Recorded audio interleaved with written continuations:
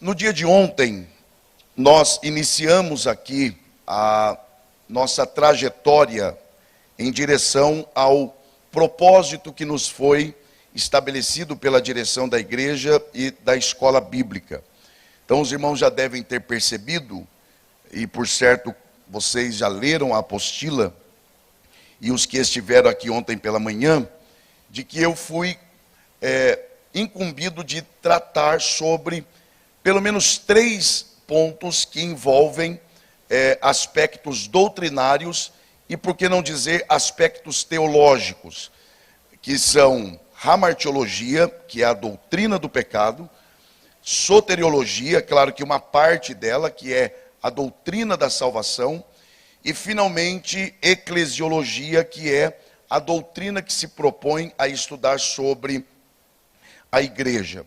No dia de ontem eu comecei a tratar um pouco aqui sobre a queda, porque é o assunto específico proposto pela direção da escola, e nós tratamos um pouco aqui sobre o aspecto da queda dentro de alguns conceitos. Primeiro, como era ou como deveria ser o ambiente antes da queda, o ambiente em que o homem, o primeiro casal, viveu. E posteriormente encerramos aí tratando sobre o que de fato e efetivamente é a queda, que não é apenas um tropeço, que não é apenas um ferimento ou um acidente de percurso, mas é uma perda de posição e também perda de condições. Quando nós tratamos sobre a doutrina do pecado, é indispensável e inevitável, na verdade, que nós tratemos sobre o fato da escolha. Quando Deus cria o homem, Deus o cria com a capacidade de escolher. Então, é aquilo que é chamado de livre-arbítrio. Então, Deus cria o homem não só com a possibilidade, mas também com a capacidade e a responsabilidade de escolher entre o bem e o mal, entre o pecar ou o não pecar. Após a queda, isso não foi tirado do homem. O homem continua tendo condições e também sendo responsáveis pelas suas escolhas. Então, é preciso que se destaque que o homem, mesmo após a queda, ele permanece com a capacidade de escolher. O que diferencia é que é preciso também que se destaque que a escolha do homem, ela é compatível ao seu estado de espírito. Então, as minhas escolhas, elas são resultados da minha natureza. Por isso que o homem, após a queda, ele tem as suas escolhas sempre pautadas na inclinação para o pecado. Você pega, por exemplo, um fato muito simples, um fato muito corriqueiro. Uma pessoa que ela tenha medo da altura, por exemplo, e ela passa sobre uma ponte muito alta. Mesmo ela tendo medo de altura, ela é inclinada a olhar para onde? Para baixo. Você está em cima de um prédio, no 30º andar, você tem medo de altura, mas você é inclinado a querer olhar para baixo. Ainda faz assim, ó. Por que isso? Tendo a opção de olhar para frente, para os lados ou para cima, a pessoa quer olhar para baixo. Porque a verdade é que a natureza do homem, ela é inclinada para baixo. Porque assim se tornou a natureza humana após a queda. É por isso que muito obrigado. É por isso que é necessário a regeneração, que é essa mudança de natureza, obrigado. Que é essa mudança de inclinação. E sobre a regeneração nós tratamos na manhã de ontem. Então o homem continua sendo capaz e responsável pelas suas escolhas, e as suas escolhas, elas redundarão na eternidade. Agora, aqui é preciso triplicar a atenção para que eu não seja mal compreendido. O homem, ele foi criado homem. Diga, eu fui criado. Não, eu conheço vocês. Vamos lá, diga mais forte. Diga, eu fui criado como ser humano. Então, assim nós fomos criados, como seres humanos. Uma vez que nós fomos criados como seres humanos, isso é irrevogável. Nós nunca deixaremos de ser seres humanos. Isso é fundamental. Porque existem crentes que pensam que ser crente é ser celestial. Ou ser um ser divino. Não. A nossa chamada é para sermos humanos. Davi orientou o seu filho Salomão no leito de morte, dizendo: "Sê homem, seja homem, homem de Deus, mas mesmo sendo de Deus, continue sendo, porque é para isso que nós fomos chamados, para sermos seres humanos." Então isso aqui é fundamental, porque, e aqui é o ponto porque eu chamo a sua atenção, porque antes da queda, seres humanos, depois da queda, seres humanos pecadores, até porque eu não sou pecador porque peco, eu peco porque sou pecador. Então eu não me torno pecador quando eu peco a primeira vez, a pessoa já nasce com essa inclinação. Então as minhas obras, elas são resultantes da minha natureza, que agora pela regeneração, ela foi transformada. E mesmo na eternidade, e aqui é que é preciso muito cuidado, nós continuaremos seres humanos, só que glorificados. É difícil porque nós temos a tendência, quem me ouve aqui diga amém, nós temos a tendência de acharmos que ser humano é pecaminoso. Então, por exemplo, olha essa frase, completa para mim, por favor. Errar é? Não. Errar é coisa de pecador. E isso muda tudo. Porque quem é que criou o ser humano? Você não sabe não? Vamos lá. Quem é que criou o ser humano? Então, se dissermos que errar é humano, estamos dizendo que Deus criou o ser humano para... E não. Quando criou o ser humano, Deus o criou perfeito. Então, dizer que errar é humano, não está correto. Errar é coisa de pecador. Porque, presta atenção nisso, o pecado não demonizou o homem. Assim como a santificação não diviniza o homem. Diga bem forte, ser santo não é ser Deus. Diga, ser santificado é voltar ao estado original que o homem foi criado, que é o quê? Ser humano. O pecado desumanizou o homem, e a santificação reumaniza o homem. Então, quanto mais santo eu for, não é que eu sou mais divino, não. Quanto mais santo eu for, mais humano eu serei. Mais eu me preocuparei com o outro. Melhor eu tratarei o outro. Porque o homem foi criado para isso. Então é preciso que tenhamos esse cuidado. De entendermos qual de fato é a nossa posição. E aí, quando você trata sobre estes aspectos que envolvem a queda e posteriormente a redenção, você precisa também considerar o fato de que em tudo isso o mais importante é a nossa relação com Deus.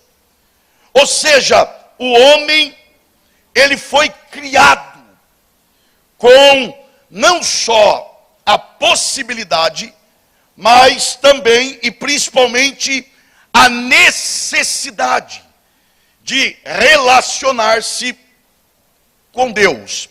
Então, o homem, ele é criado para relacionar-se com Deus. E esse relacionamento determina como serão as outras dimensões da vida. Então, se eu me relaciono bem com Deus, fatalmente eu me relacionarei bem comigo mesmo, com a natureza e com as pessoas. Porque tem pessoa que tem problema consigo mesmo. Ela está tão irada, ela está tão estressada que ela se olha no espelho e pergunta: o que você está me olhando? Mas esse é um problema, cada coisa, né? Esse é um problema que é oriundo, não de um problema seu consigo mesmo. É um problema seu com Deus primeiro. Porque quando o homem pecou, ele pecou contra Deus. Ao pecar contra Deus, ele viu que estava nu, problema consigo mesmo. Depois começou a ter o problema com a própria natureza. Usar a natureza para o enriquecimento pessoal. E aí as tragédias que nós vemos hoje, em que as pessoas buscam solucionar os efeitos, sem considerar a causa. Então aí quando começa um ano como de 2019, marcado pela tragédia, tragédias naturais, tragédias sociais, tragédias econômicas, tragédias em todas as áreas, a preocupação do ser humano em relação a estas tragédias, sem considerar a maior de todas, que é o pecado, que é o rompimento na relação entre Deus e o homem. Porque ao romper a sua relação com Deus, o homem primeiro teve problema consigo, depois com a natureza e finalmente com o seu cônjuge, com o seu próximo. Quem não se lembra, quando Deus vem cobrar de Abraão, Abraão falou: foi a mulher. Deus foi cobrar da mulher, ela falou: foi a serpente. Deus foi cobrar da serpente, a serpente olhou para trás, não tinha mais quem culpar. Falou: agora fica comigo mesmo. Porque é assim que passou a funcionar. Após a queda, o homem, para se defender, ele passa a prejudicar o outro, a desrespeitar o outro. Mas a causa maior é o rompimento desta relação entre Deus e o homem. E o que é de fato a redenção? Onde é que entra a ação soberana de Deus na salvação do homem, na redenção do homem? Aí é preciso considerarmos que, por natureza, Deus é um ser organizado. E uma vez que ele é organizado, tudo que ele faz muito bem pré-elaborado. Tudo que Deus faz, existe um método para ser executado. Por exemplo, qual é o método de Deus para salvar o homem? Paulo diz, na primeira carta aos Coríntios, capítulo 1, verso 21, que aprouve a Deus salvar os que creem pela loucura da pregação. Claro que loucura da pregação aqui não é o ato de pregar, mas é o conteúdo da mensagem. Mas o que eu estou tentando mostrar é que Deus, ele é um ser que pré-elabora um plano. Ele tem um método para executar o seu projeto, executar o seu plano. E aí quando você fala de redenção, conforme está aí na apostila, você tem duas partes envolvidas. A primeira parte envolvida é a parte caída, a parte vendida ao pecado, e a outra parte é exatamente a parte que redime, ou a parte que compra. Por um lado, o homem em pecado, vendido ao pecado, escravo do pecado. Por outro lado, você tem um Deus santo, soberano, independente, autônomo, que ele pode executar a sua justiça sobre todos os homens que pecou contra ele, mas ao invés de fazer isso, julgar, condenar e trazer o castigo aos homens, Deus elabora um plano na eternidade, executa esse plano em Cristo e dá ao homem a possibilidade de ser chamado de amigo dele, filho dele, nova criatura. Então, por um lado, você tem a parte caída, vendida, e essa é a nossa parte. Por outro lado, você tem a parte santa, a parte que compra, e a iniciativa é dele e não nossa.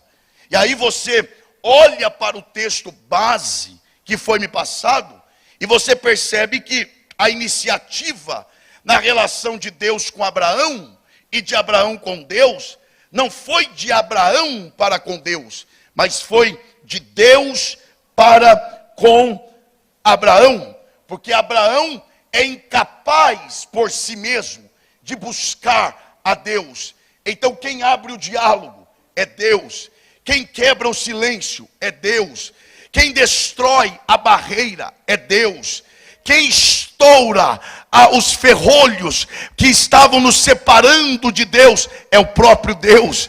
Quem dá o primeiro passo é Deus, e nós somos alcançados por essa graça maravilhosa.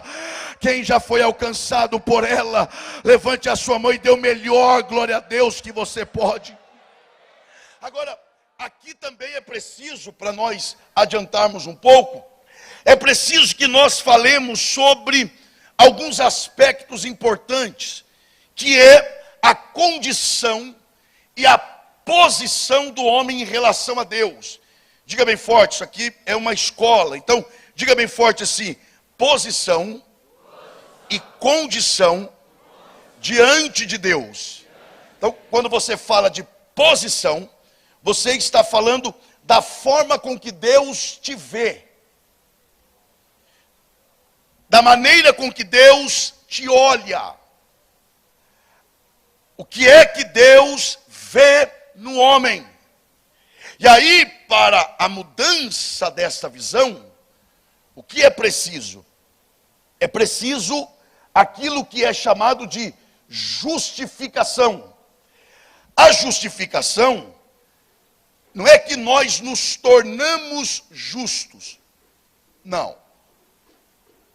Nós somos declarados justos.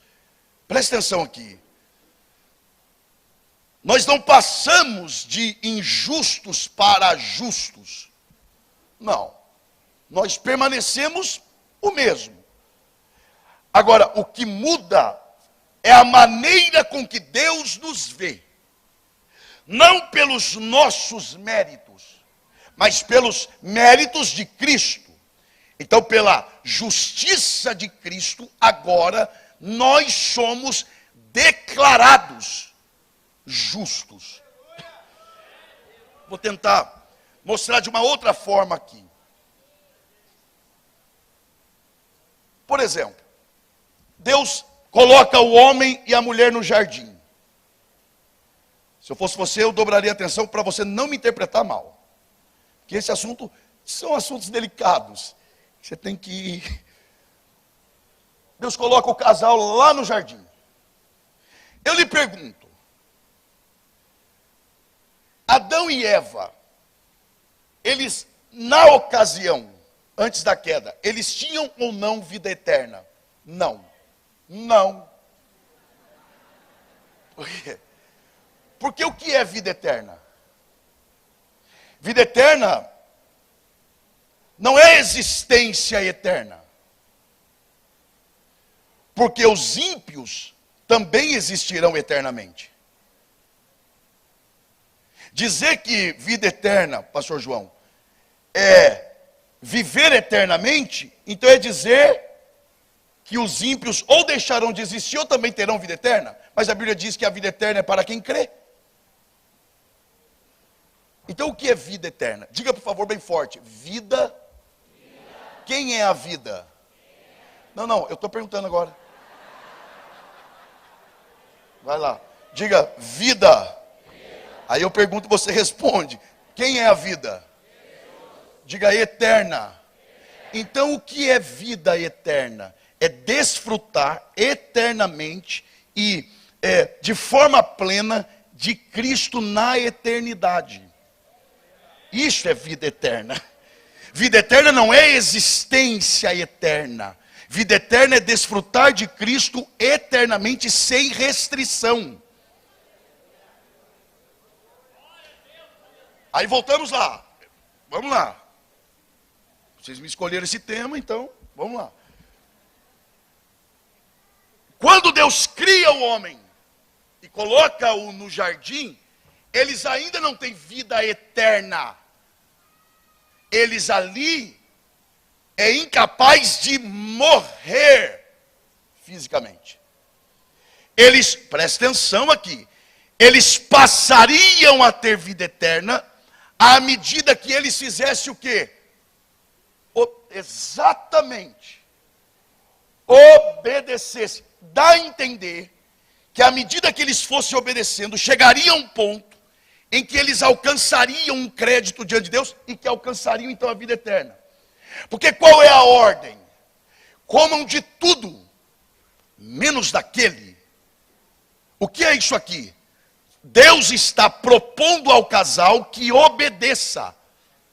Então vamos lá. Qual é o critério para se obter a vida eterna? Diga obediência. Tá. O homem desobedece e com isso vem a morte. Na lei, qual é o critério para não morrer eternamente? Diga obediência. E na graça? Obediência. Não perca isso aqui. Não mudou o critério. Primeiro porque Deus não muda.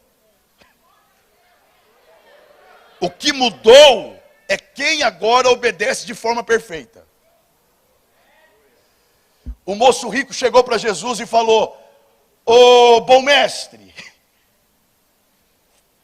o que eu faço para herdar a vida eterna? Já é uma pergunta absurda.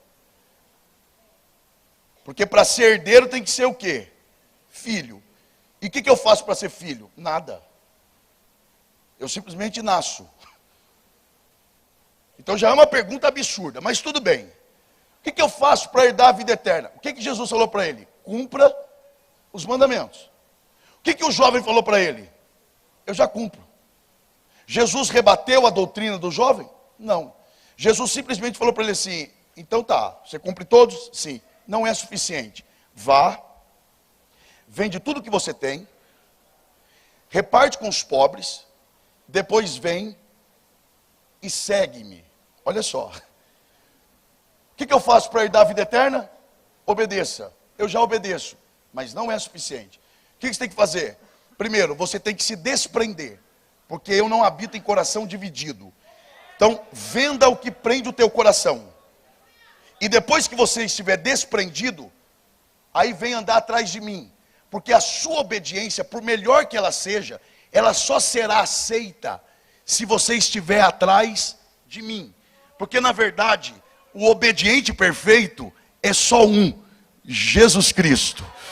Então, por mais que eu obedeça, eu tenho que estar atrás dele, porque a minha obediência ainda é imperfeita.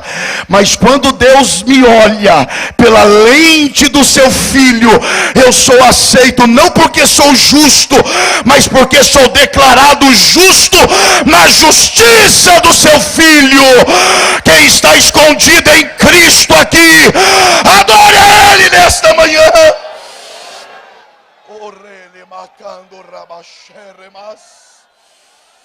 Onde está a mão que você levanta para adorar ao Senhor? É escola bíblica, mas é pentecostal, não é? Então seja uma bênção para o seu irmão, toque o ombro dele ou dela com respeito, é claro, e diga para ele ou para ela: nós só seremos aceitos enquanto estivermos escondidos em Cristo.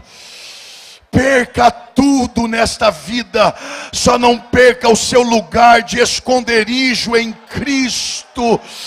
Oh glória, quem deseja isso, dê o melhor, glória a Deus, que você pode nesta manhã.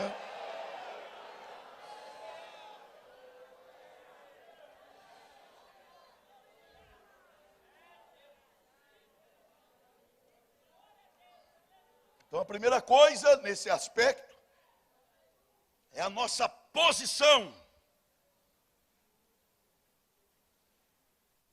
É a forma com que Deus nos vê. Mas existe um outro aspecto, que é o aspecto da condição. Porque, por exemplo,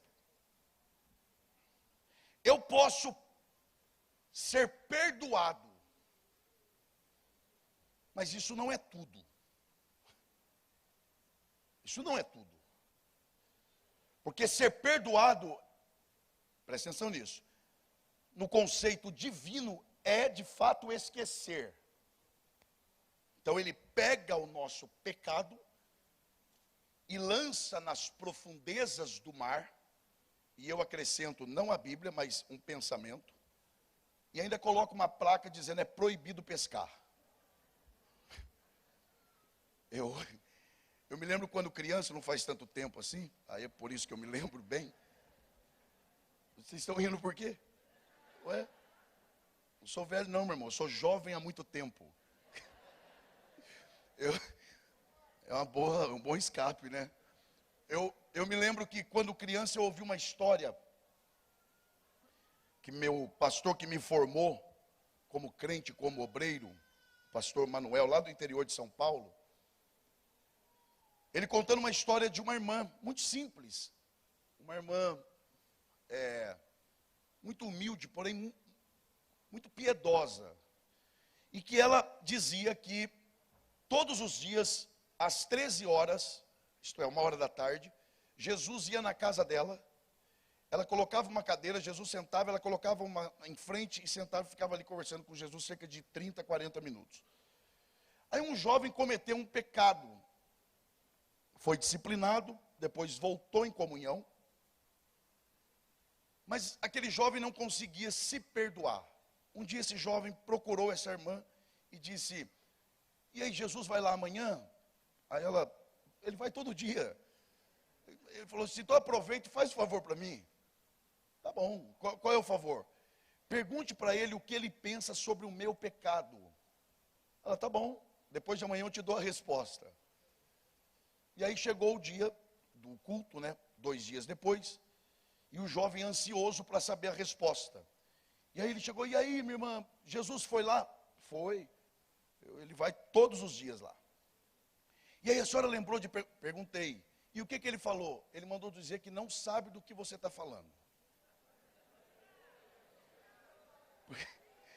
Porque é assim que ele trata os nossos pecados. Ele já nem sabe mais do que a gente está falando. Glória a Deus. Quem fica lembrando de onde foi tirado somos nós. Deus me tirou de lá. Não, Deus fala: o que mesmo você está falando? Não sei do que você está falando. Acho que cada vez que alguém conta o testemunho de onde veio, Deus fala: eu não me lembro mais disso não.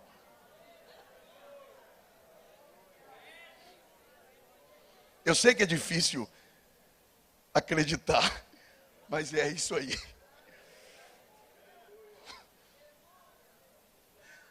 Eu sei quando eu estou pregando, eu sei quando eu estou ensinando, mas eu sei quando eu estou profetizando. E o Senhor me dá uma palavra aqui. Deus não se lembra mais dos seus pecados.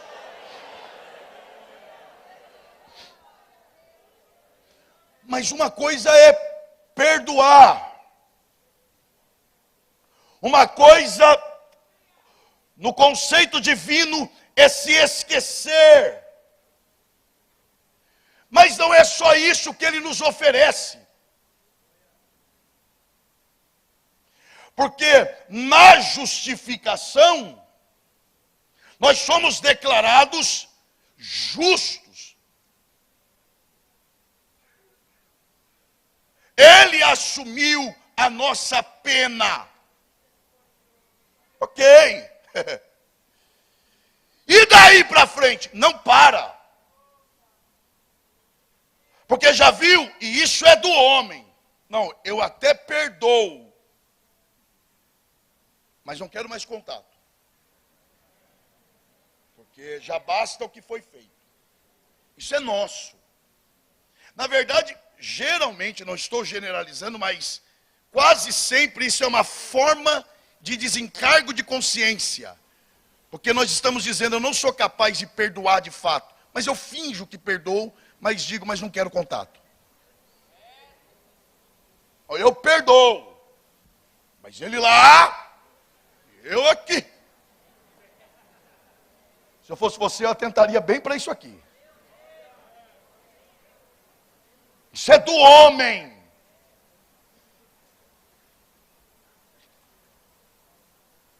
O homem, ele perdoa e se afasta. Mas Deus diz assim, eu perdoo, mas além de justificar, eu adoto.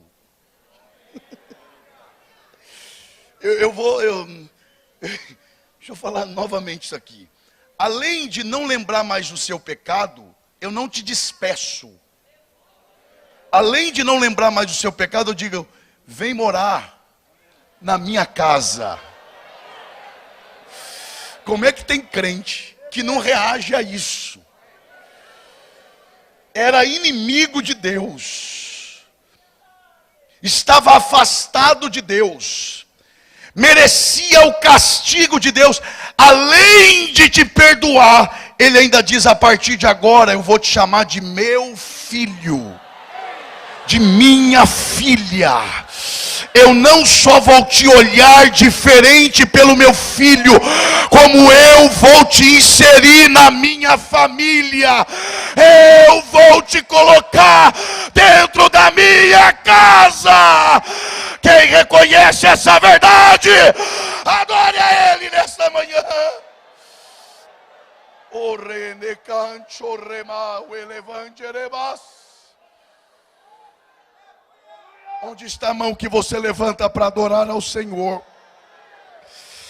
Eu vou te dar alguns segundos para você agradecer a Deus. Não só pelo perdão. Não só porque você foi perdoado. Não só porque você é declarado justo em Cristo. Não, mas porque você também é filho. Veio para o que era seu, e os seus não o receberam, mas a todos quanto o receberam, deu-lhes o poder de serem feitos e chamados filhos de Deus. Você ainda pode agradecer a Ele?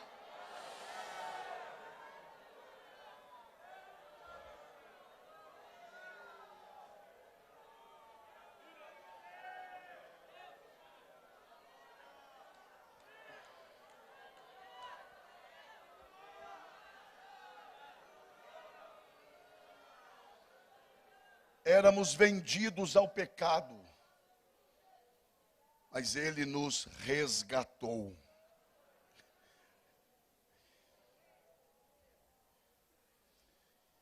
E aí quando você fala de salvação,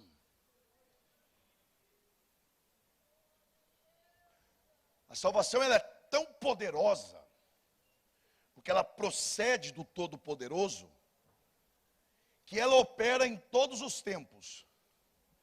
Ela opera no passado, ela está sendo operada no presente, e ela será operada no futuro. Eu vou ter que entrar num negócio aqui. É mais forte do que eu. No passado, O que a salvação opera em nós? A retirada da pena. E é aqui que eu vou criar coragem e vou tocar no assunto.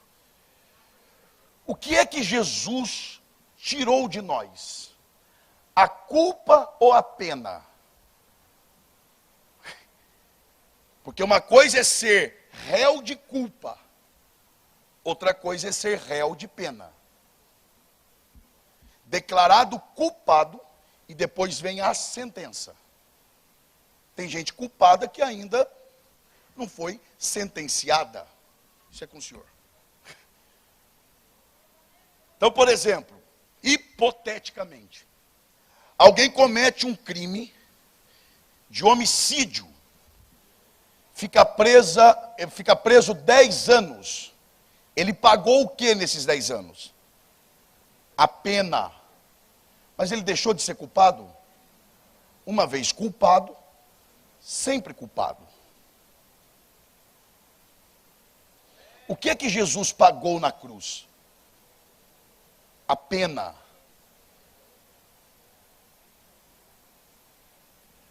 Então você está dizendo que você não é culpado? Então ele morreu por quê? Porque nós somos culpados. E na eternidade, os sinais das suas mãos só terá sentido para nós se nós nos lembrarmos que nós fomos culpados. Mas que ele assumiu a pena que era nossa. E sempre que olharmos para ele, nós vamos dizer: a pena era minha, porque eu fui o culpado, mas ele assumiu no meu lugar. Então a salvação é operada no passado, a pena foi tirada de nós. No presente, nós estamos sendo salvos do poder do pecado. Exatamente agora, o Espírito de Deus, maravilha, o Espírito de Deus está operando parte dessa salvação na nossa alma, reduzindo em nós os efeitos do poder do pecado. E no futuro, seremos salvos da presença do pecado. Eis aí o Cordeiro de Deus, que perdoa, não, mais do que isso, tira, oh glória a Deus, o pecado do mundo. Isso é esperança, meu irmão. Na eternidade não haverá mais luta contra o pecado, não haverá mais inclinação ao pecado, seremos livres da presença do pecado. A salvação é tão poderosa que a Trindade se envolve nela. O Pai elabora. Quando? Na eternidade. Antes ou depois da queda? Antes.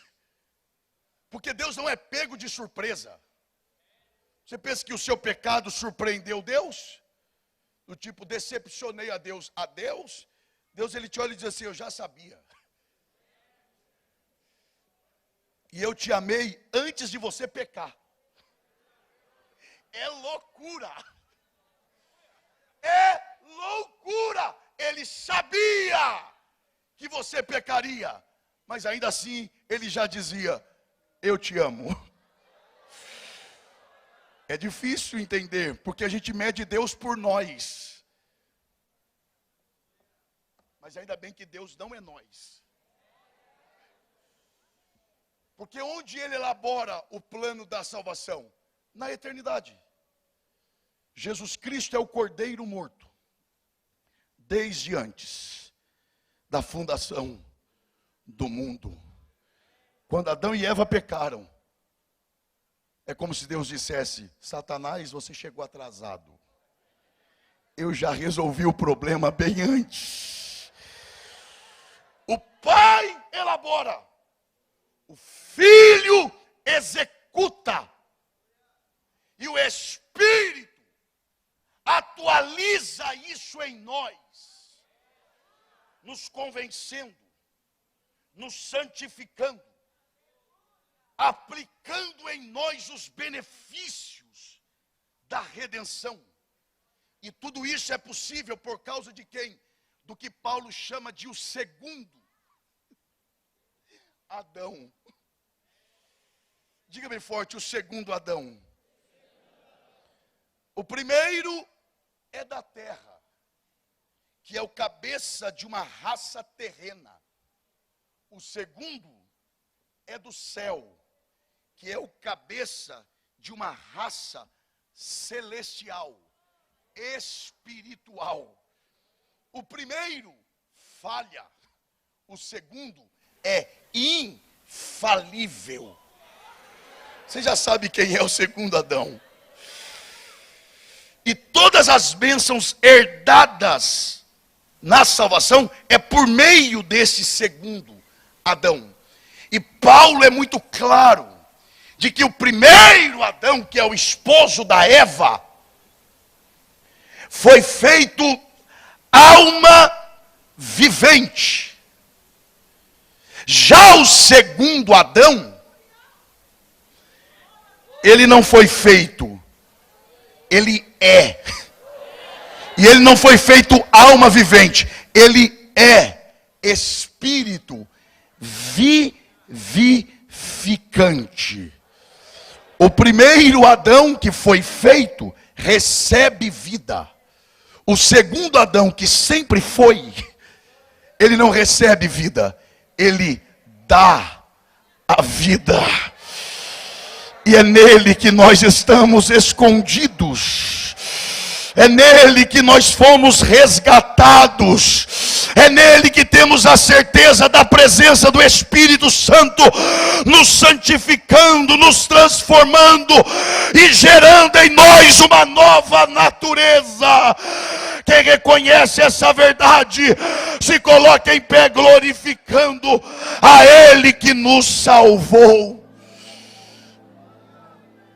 Oh, glória a Deus. Oh, glória a Deus. Eu quero usar esses minutos que eu tenho para orar com vocês.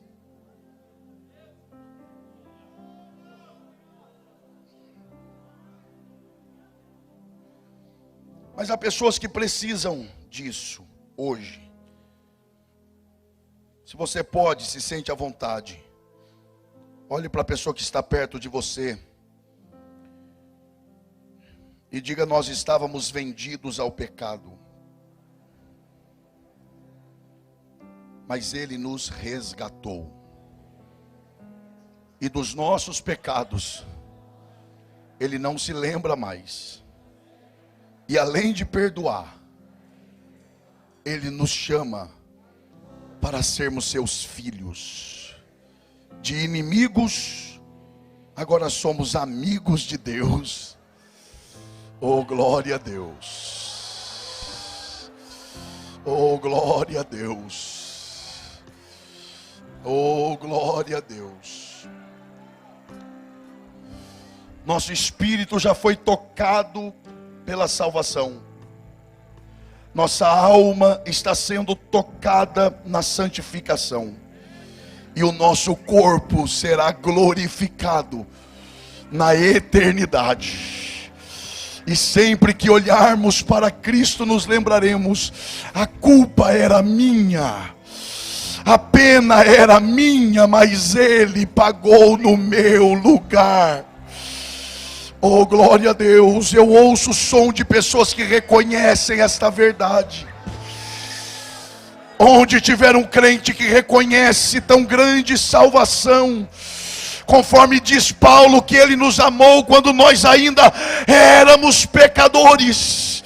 Onde tiver um crente que reconhece esta verdade, levante as suas mãos e comece a agradecer a Ele por esta salvação. Senhor Deus, em nome de Jesus Cristo, teu Filho. Eu me coloco em oração mais uma vez diante do Senhor nesse dia. Obrigado por tão grande salvação. Obrigado porque nós não merecíamos. Obrigado porque nós estávamos longe, mas agora estamos perto. Obrigado porque nós éramos inimigos, agora somos amigos. Obrigado, Senhor, porque nós éramos desgarrados, mas agora o Senhor nos chama para habitarmos na tua casa e nos chama de filhos. Filhos. Filhos. Obrigado porque o Senhor não se lembra mais do nosso pecado. Obrigado, Senhor, porque nós não conseguimos compreender esse amor. Mas a começar lá de trás, até aqui a este altar, onde tiver um crente que reconhece tão grande salvação, que agradece pelo perdão e a adoção, que o teu Espírito dê a esses irmãos um sinal de que somos perdoados, de que somos aceitos. Enquanto muitos rejeitam, o Senhor nos aceita, e isso é o que importa. Então, onde tiver um crente orando de verdade, toca nesse crente de uma forma especial, através da pessoa bendita do teu Espírito. Renova este crente, renova a alegria da salvação deste crente, renova a alegria da salvação deste crente. Se houver crentes aqui batizados com o Espírito Santo, que sejam renovados em línguas estranhas. Se houver crentes não batizados com o Espírito Santo, que o Senhor batize agora. Renova, renova, renova. Abrace essa pessoa que está perto de você e diga alegre o teu coração: somos filhos de Deus.